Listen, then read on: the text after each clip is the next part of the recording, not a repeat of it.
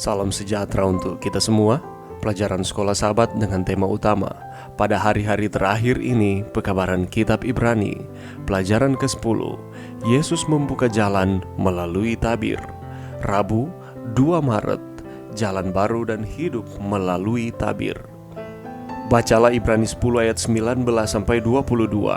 Undangan apa yang kita miliki dalam perikop ini? Kitab Ibrani menyatakan bahwa Yesus telah masuk ke dalam bait suci surgawi dan mengundang kita untuk mengikuti pimpinannya.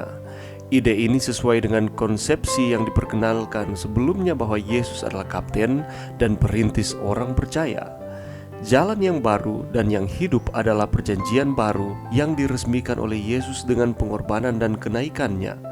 Ungkapan baru dan hidup kontras dengan deskripsi perjanjian lama sebagai tua dan usang.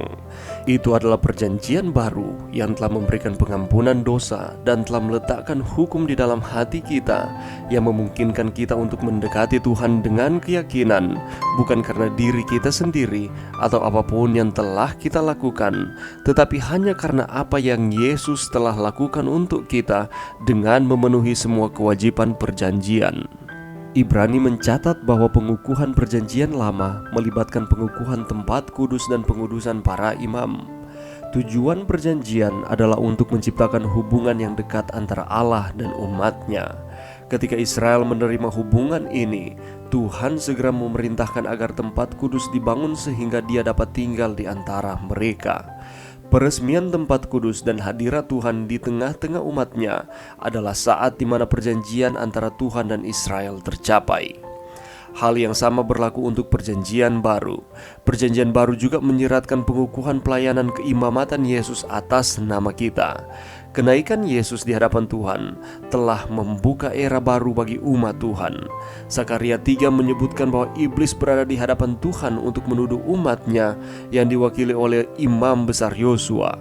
Penuduh ini juga mengajukan pertanyaan tentang kesetiaan Ayub kepada Tuhan. Dengan pengorbanan Yesus, bagaimanapun iblis telah diusir dari surga. Sekarang Yesuslah yang menjadi perantara bagi kita, dan melalui pengorbanan dan kesetiaannya menuntut keselamatan bagi kita. Tuduhan apa yang bisa iblis buat terhadap Anda di hadapan Tuhan jika dia diizinkan? Meskipun dia pembohong, berapa banyak dia harus berbohong tentang Anda untuk membuat Anda dihukum? Apa satu-satunya harapanmu? Pelajaran yang bisa kita dapatkan pada saat ini, setelah kita mempelajari pelajaran kemarin, kita bisa mendapatkan bahwa Yesus itu adalah tabir, dan kita sangat memerlukan Yesus di dalam kehidupan kita. Ketika Dia menjadi manusia, Dia diam di antara kita, dan Dia menjadi pengantara kita, sehingga kita dapat berkomunikasi dengan Allah yang adalah suci dan penuh dengan kekudusan. Dan ketika Yesus mati di kayu salib dan Ia bangkit, dan saat ini Dia berada di dalam kerajaan sorga, kita memiliki jalan yang baru dan hidup yang baru melalui Yesus yang adalah tabir kita. Ungkapan baru dan hidup itu adalah perjanjian yang baru yang telah memberikan pengampunan dosa dan telah meletakkan hukum di dalam hati kita, yang memungkinkan kita untuk mendekati Tuhan dengan keyakinan, bukan karena diri kita sendiri atau apapun yang telah kita lakukan, melainkan apa yang telah Yesus lakukan untuk kita dengan memenuhi semua kewajiban perjanjian. Dia mati bagi kita. Allah mengadakan perjanjian dengan manusia.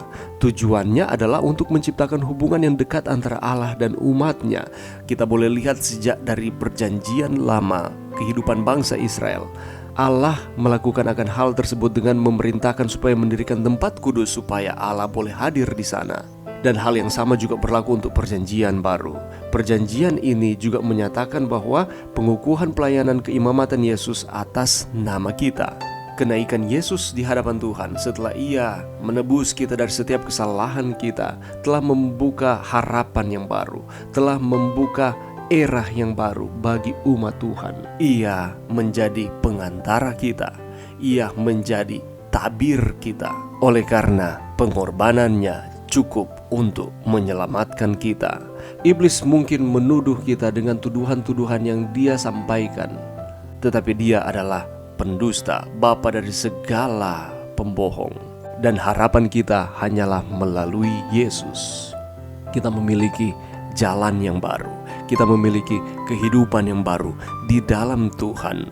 Yesuslah yang menjadi perantara bagi kita dan melalui pengorbanan dan kesetiaannya menuntut keselamatan bagi kita. Keselamatan didapatkan bukan dari usaha kita, tetapi itu adalah kasih karunia pemberian Allah melalui kematian Yesus di kayu salib.